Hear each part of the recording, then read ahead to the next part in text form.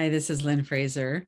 I'm here today, very happy to be here today with Halifax Pride and to do a bit of a relaxation practice, but also a bit of inquiry into being gay, being queer, being LGBTQ plus, um, just to know what it is that starts to form our identity.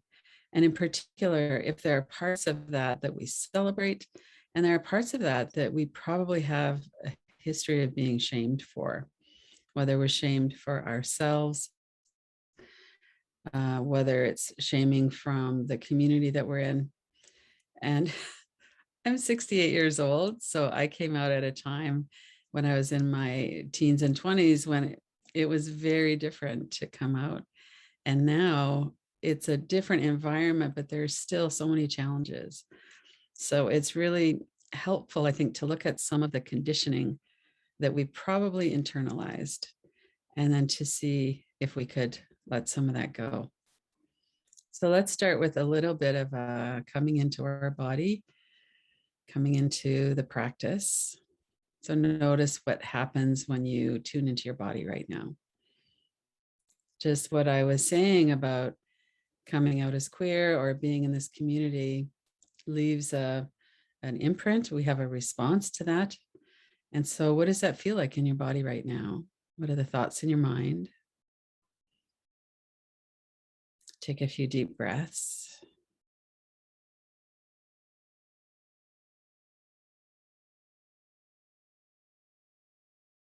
And one of the things that we know is that trauma and traumatic experiences, certainly bullying would be part of that, feeling like we're part of a group that's not mainstream.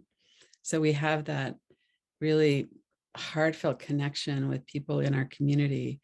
And part of that is because we don't feel so included in people in the heterosexual community. And so there's an impact of that in our system, our nervous system. Some people have had physical and other kinds of threats for being gay. I think we've all experienced some kind of exclusion. And sometimes it was really scary. Other times it's a little bit more subtle. Let's stop just for a moment and notice, what do you feel in your body as that comes to mind?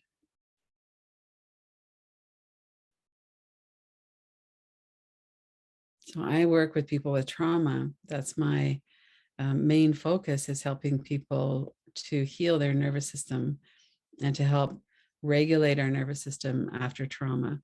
And trauma can be anything from an acute incident to long-term chronic feeling of not being seen, not being valued.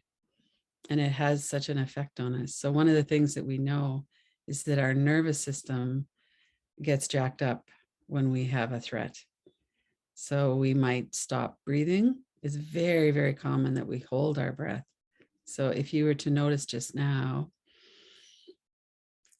take a deep in-breath and a long exhale, and let your shoulders relax. Let your body soften as you breathe out.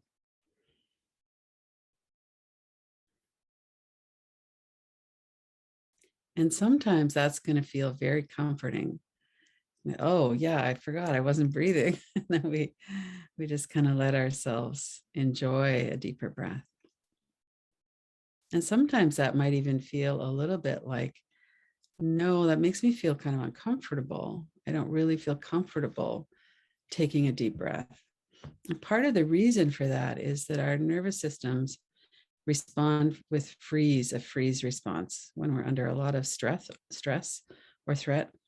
So one of the ways that we freeze is we breathe really shallow, or we hold our breath so that if there's a threat by a predator, they can't find us with our breath.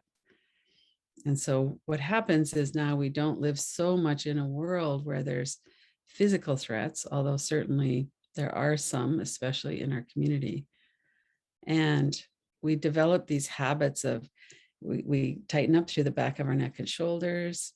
We kind of our breath gets very shallow. We hold our breath and we're just kind of trying to make it through. And so one of the things that we can do in a practice when we come into this is to notice that if that's here, and relax our body. Let our breath become a little more full, more smooth, and let our nervous system regulate. So let's do a little guided practice through the body right now. And as you're doing it, notice that you could try to keep your attention in this moment. And that will probably work to some extent. And to some extent, your mind is going to go off into other times, other places, memories, especially since what I was just talking about is something so personal to us all. And it's related to threat. And our primitive brain, our nervous system is always trying to keep our body safe and alive. And we get alarmed and hypervigilant when we don't feel that way. So for me, one of the things that was coming up was in the 70s, myself and my partner were almost run over by a car when we were leaving a bar, a gay bar. So that is just this little image that popped into my head. It turned out to be okay. We just jumped back, yelled at the guy or whatever it was. But we had that experience in our nervous system. So I know that everybody here has different kinds of experiences, and yet our system works in a very similar way. So it's very common and very natural for thoughts to be coming through the mind as you're doing the practice. So let's start by being aware of your body again. Just tune in. If your feet are on the floor, notice the sensation of your feet on the floor. Notice your seat. And then bring your attention into the whole of your back body, back of your head, neck and shoulders. If you want, you could lift your shoulders up and then let them release on the exhale. And notice the large muscles across the top of your back, in between your shoulder blades, behind your shoulders. And so this tensing up, this bracing for trouble is very common. And so we might notice that we have just this chronic tension in our neck and shoulders, and that's what it's from. We're bracing against trouble. We're trying to protect ourselves. And of course, it doesn't protect us from social threat, especially, or even really from physical threat, but it's a nervous system response in our body. So when we do a relaxation practice, then we can relax, we can bring our shoulders up, move them around a little bit if we want, and just let them soften and let go of the bracing, of the tightening. And that will also help us take some deeper breaths. So notice the back of your head, neck and shoulders, the back of your arms as well. And through your lower back, the back of your legs. And let your attention come in from the future. If you're having kind of future thoughts or anxiety thoughts, or if you're having thoughts about the past, let your attention come into the present as well. And notice that you could just pay attention to the sensations in your body right now, the back of the body. Maintain awareness of your breath. Let your body relax.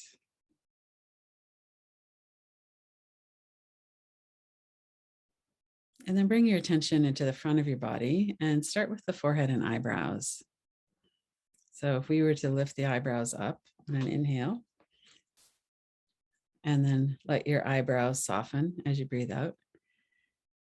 And then from this, as you're breathing out for the next several out breaths, see if you could soften your forehead and eyebrows as you breathe out. So we have the inhale, just pay attention to the area. Don't let your mind wander off. And then exhale, let that area soften a little bit more. You could soften the subtle, small muscles of your forehead, the bigger ones of your eyebrows, all the muscles around your eyes, the corners of your eyes. And oftentimes we get quite worried and we knit our brows, or maybe when we're angry, we have a tight forehead. So people carry a lot of tension in the forehead often. So it can feel really calming to just soften those muscles. And of course, right behind the forehead is where a lot of the thoughts are happening. So the brain can be very busy with thoughts. So if you were to find that you're really And if compulsively thinking about something, you maybe have some catastrophic thinking going, or you're remembering something from the past, it's helpful just to take a few breaths and let your forehead soften. Bring your attention back to that. Coming back again to the breath, noticing that. And then bring your attention down through your mouth and jaw, your center of speech, into your throat, your neck as well. Relax your lips, relax the tongue, let your tongue rest on the floor of your mouth. Sometimes when we have a lot of thoughts in the mind, we're kind of maybe in a bit of a fight response, and we're thinking about, oh, I should have said this or done this.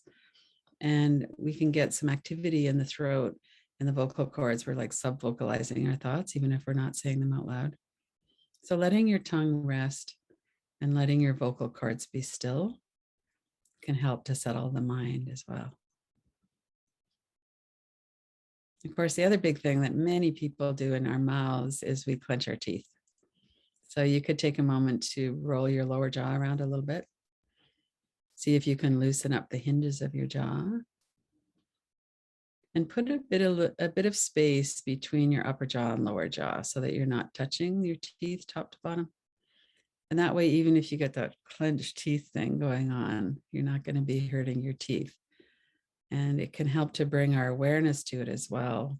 It's a good practice to notice, where in my body am I holding tension?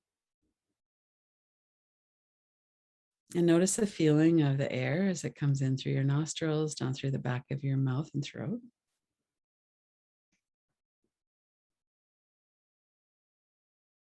And then bring your attention down to the front of your neck and shoulders, into your arms and hands. And also through the front of your legs, down through to your feet. Notice your feet on the floor again if you're sitting. And notice if your arms and legs are settled and still, or if there's a restlessness. So having a hypervigilant nervous system means that our nervous system is always ready to fight back or to run away. And so sometimes that will happen by just this kind of edginess in the body. We just can't kind of settle. And often we'll feel that in our arms or in our legs. And then some of the practices that we do sometimes, there's one of you just stand and shake, and you could shake your whole body for a couple of minutes and just let your legs go, your hips, your shoulders.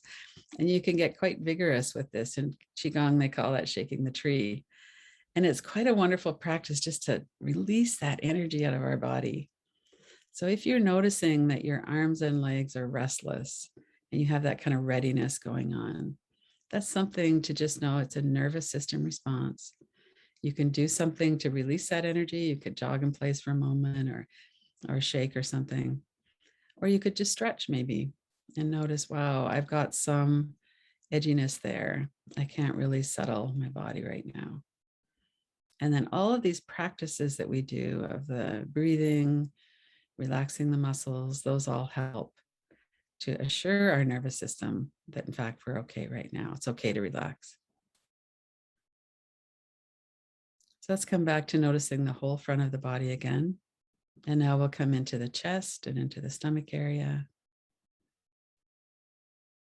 And notice what is moving as you breathe. So you could even put one hand on your chest and one hand on your belly if you want. So when we're breathing diaphragmatically, which is the healthy way that our body's meant to breathe, we don't have much movement in our chest. When we breathe in, we have an expansion, or the belly kind of rises or expands. And when we breathe out, the belly softens back towards the spine. So that's the kind of the rhythm and the movement that we're looking for. So if you have a lot of movement in your chest, it just means that there's some kind of tension in your breath. And try and just relax your belly, let your breath move a little bit deeper. Deeper breaths, if you're comfortable with that, just let yourself exhale, let yourself settle and soften. So let's do the last couple of minutes, just really focusing on our breath. Let your breath soften. And one of the things we might notice when we're doing that is that we're holding our breath at the end of the out breath or at the end of the in breath. So see if you could make your breath more continuous. And we just do that by paying attention. So just at the end of the exhalation, you're not squeezing your muscles in. You're just letting your belly soften. And then just as you come to the end of that, your body knows it's time to breathe in. So we could just watch as the body breathe in. And then we don't keep on breathing in and in and in and in. We burst. So at some point we've got enough air. And then we release it. We go into the exhale and see if you can have a smoothness to your breath. Keep your mind focused just on the belly and on the feeling of the breath in the belly for a couple of minutes.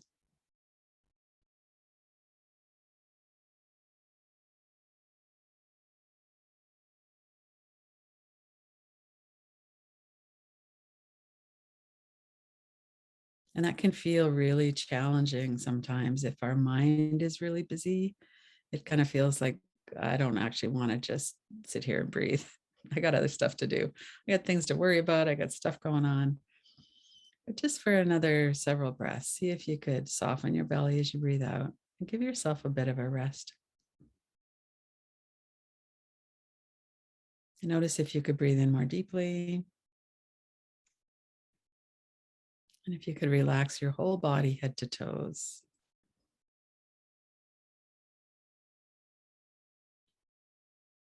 One really effective way to release stress out of the body is to breathe in deeply and then do a longer exhalation. So you could do that if you're in a social situation. You could do it by talking in longer sentences. You could, right now, we could do a syllable VU, which is calming to the body. So just to breathe in deeply, exhale, VU.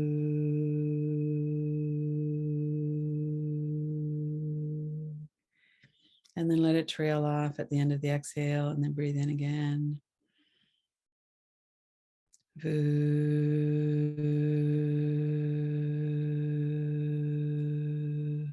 Let your face relax, your mouth and tongue, your chest, let your whole body soften and relax. And then notice the difference. Notice how you feel now.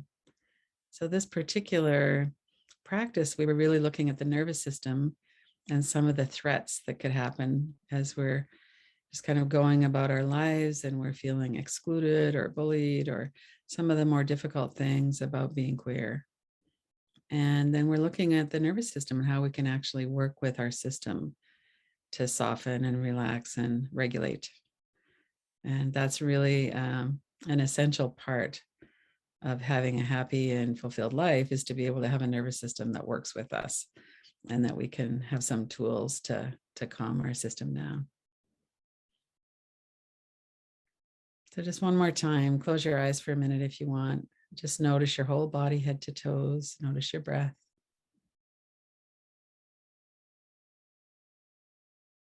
And then when you're ready, open your eyes and finish the practice.